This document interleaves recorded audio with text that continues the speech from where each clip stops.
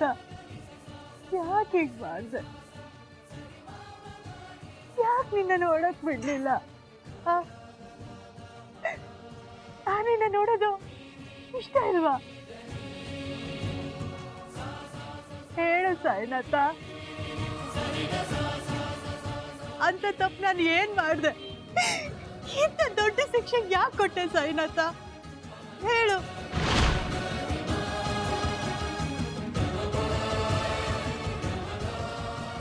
ಸಾವನ್ನ ಕೈಯಲ್ಲಿ ಇಟ್ಕೊಂಡು ನಿನ್ನನ್ನ ನೋಡ್ಬೇಕು ಅಂತ ಒಂದೇ ಉಸಿರಲ್ಲಿ ಬಂದೆ.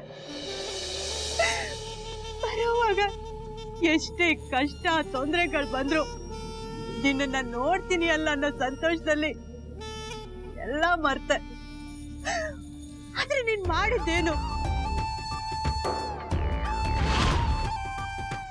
ನಿನ್ನ ನೋಡ್ಬೇಕಾದ ಸಮಯದಲ್ಲಿ ಸಂಪೂರ್ಣವಾಗಿ ನನ್ನ ದೃಷ್ಟಿ ಕಿತ್ಕೊಂಡೆ.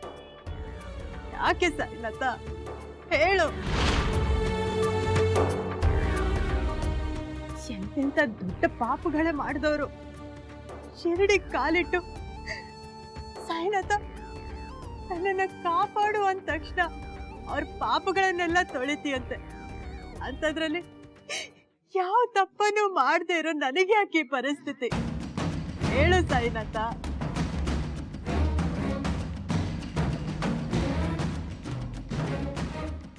ನ್ಯಾಯ ದೇವತೆ ಕಣ್ಣಿಗೆ ಪಟ್ಟೆ ಕಟ್ಟಿರ್ತಾರೆ, ಅದಕ್ಕೆ ನಿರಪರಾಧಿ ಸಹ ಅಪರಾಧಿ ಅಂತ ಶಿಕ್ಷೆ ಅನುಭವಿಸೋ ಹಾಗಾಗತ್ತೆ. ಆದ್ರೆ ಸಾಯಿನಾಥನ್ ಸನ್ನಿಧಿಯಲ್ಲಿ ಅದು ಸಾಧ್ಯ ಇಲ್ಲ ಅಂತ ನಾನು ಗಟ್ಟಿಯಾಗಿ ನಂಬಿದ್ದೆ.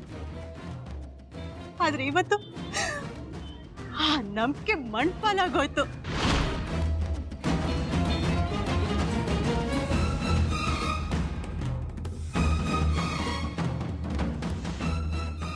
ಸಾಯಿನಾಥ ಸಾಯಿನಾಥ ಅಂತ 24 ಗಂಟೆ ನೀನ್ ಜಪ ಮಾಡಿದ್ದಕ್ಕೆ, ಪೂಜೆ ಮಾಡಿದ್ದಕ್ಕೆ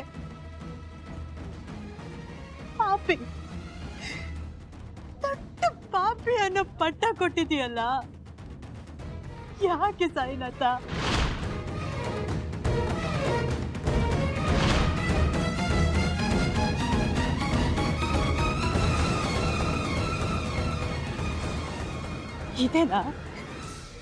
ಇದೇನಾ ನಿನ್ ಮಗಳಿಗೆ ತೋರಿಸೋ ಮುಕ್ತಿ ದಾರಿ?